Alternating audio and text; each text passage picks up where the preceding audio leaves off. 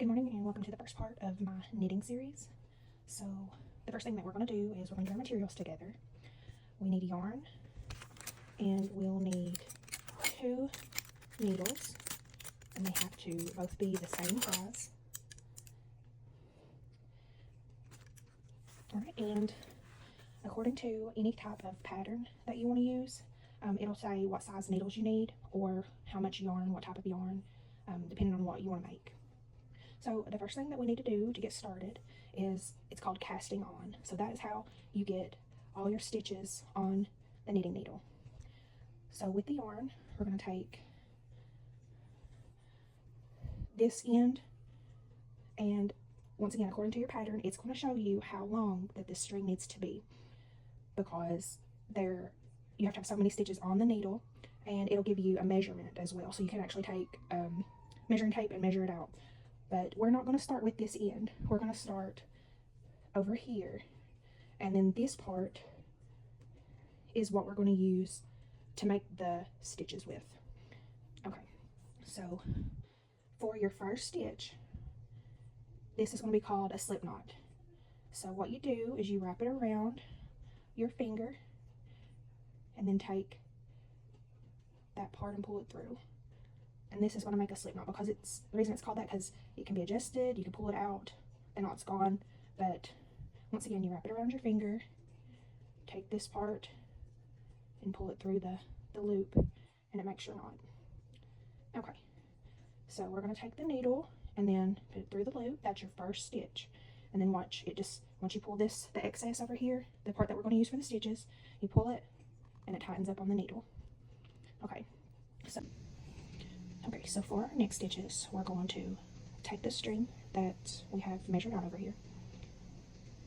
We're going to hold it with these 3 fingers, and then take your thumb, go behind this, wrap it around, and that creates this loop on your thumb. So we're going to take the needle, go underneath the bottom, up through the middle of that loop, and then wrap this part around and pull it through. That creates another loop on the needle. So once again, we're going to hold this with the 3 fingers. Take your thumb and wrap it around. Take the needle underneath and back up through that loop on your thumb. Hold this together.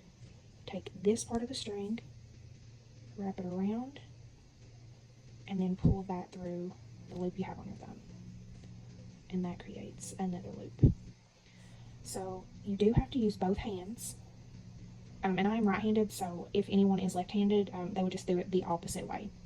But hold with these 3 fingers, take your thumb, wrap it around, the tip of the needle goes under and up through the bottom of that loop.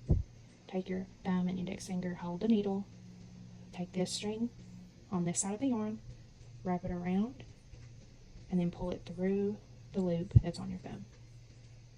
Okay, so we're going to make about 20 stitches on the needle, and that'll get us started on a little block that we're going to practice on, and when we're ready to do the next row, that's when the real fun starts.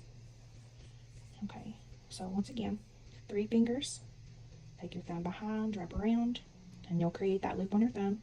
Take the needle under and up through the bottom of that loop, hold with thumb and index, take the yarn on this side, wrap it around the needle, pull it through the loop.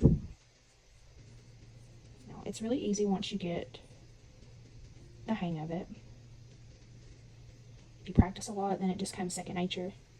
This was actually the toughest thing that I had to learn whenever I started, because of the way you have to hold everything and keep it straight. You have to keep your stitches even. You have to, not too tight, not too loose, but you have to make sure that you have a good grip on it. But once you get everything, it'll go so smooth. But I'm going to go ahead and make those 20 stitches, and then when we come back for part 2, we'll go to the second row and we'll learn how to make a purl stitch. That's one of the most basic stitches in knitting. So we'll go ahead and start with the purl stitch in part 2. So if you're interested in learning some more, just keep a watch out for my next video, and thank you for watching.